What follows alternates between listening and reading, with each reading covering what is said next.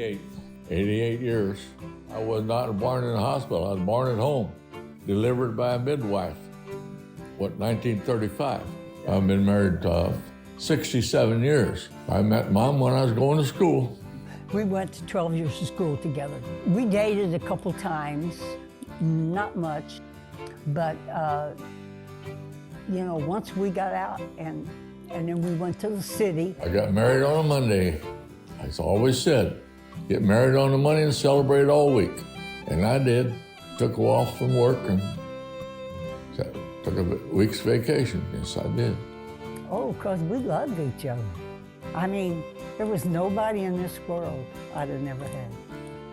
It would have never worked, never worked. Well, I think for the same reason I treated my wife like she should be treated. We concern each other with what we're doing. I mean, I know I just sold the hell out of everything, but he is there, and he knows that. And then if he's outside and needs help, I go out there and help him. When I retired, I moved to Black, Missouri, down in the country and right beside the Mark Twain National Forest. We have a garden in the summer. We raise tomatoes and potatoes and sweet potatoes and sweet corn and a few other things, green beans sometimes and so on. I just loved it to sew. I would sew anything I had a piece of scrap with. I think I was about 6 years old. I was young when I started out. My mom, I made her a dress. I went up and got some pieces of fabric, guys' things, and I went in and I didn't have enough, so we had another place that had some army, solid army, so I put that on here and I would put the things in the...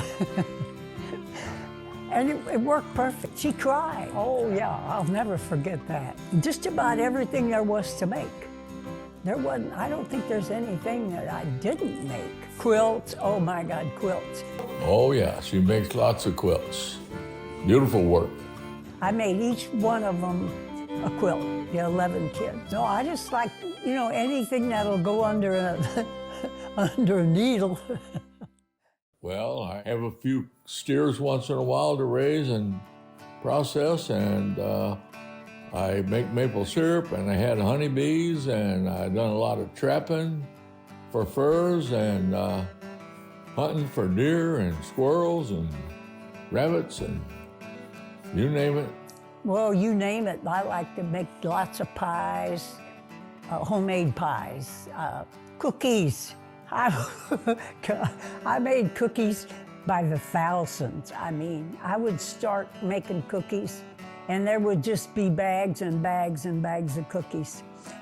I had a plate and I would put it on the end of the table close to where the guys come through.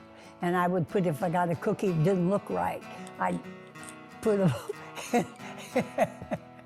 if it had a little, didn't, and then they would go and it'd be gone in no time. And then we would ship the ones that was out of town and have their big bags.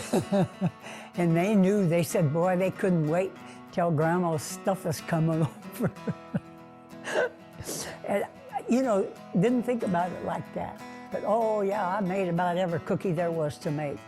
It really was. Mm-hmm. But no, they liked everything I made, I can tell you that.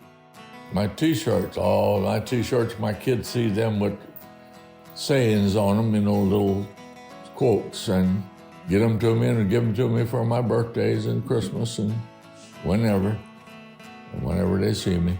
But the one I'm wearing about old Willie, I always liked Willie and his music. And my favorite song, Don't Let Your Children Grow Up to Be Cowboys. Be yourself and not to try to act like somebody else that they know they're not. And to be nice to people regardless. Always be honest and fair.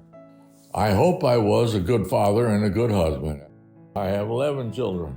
Kathy, Marty, Eddie, Sue, Matt, Janet. Julie, John, Dennis, Mary and Tony. I love each and every one of them, and I'm proud of them and so forth. So I thank the Lord I had them, you know.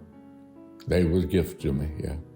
I mean, I tell myself that I'm the luckiest person in the world.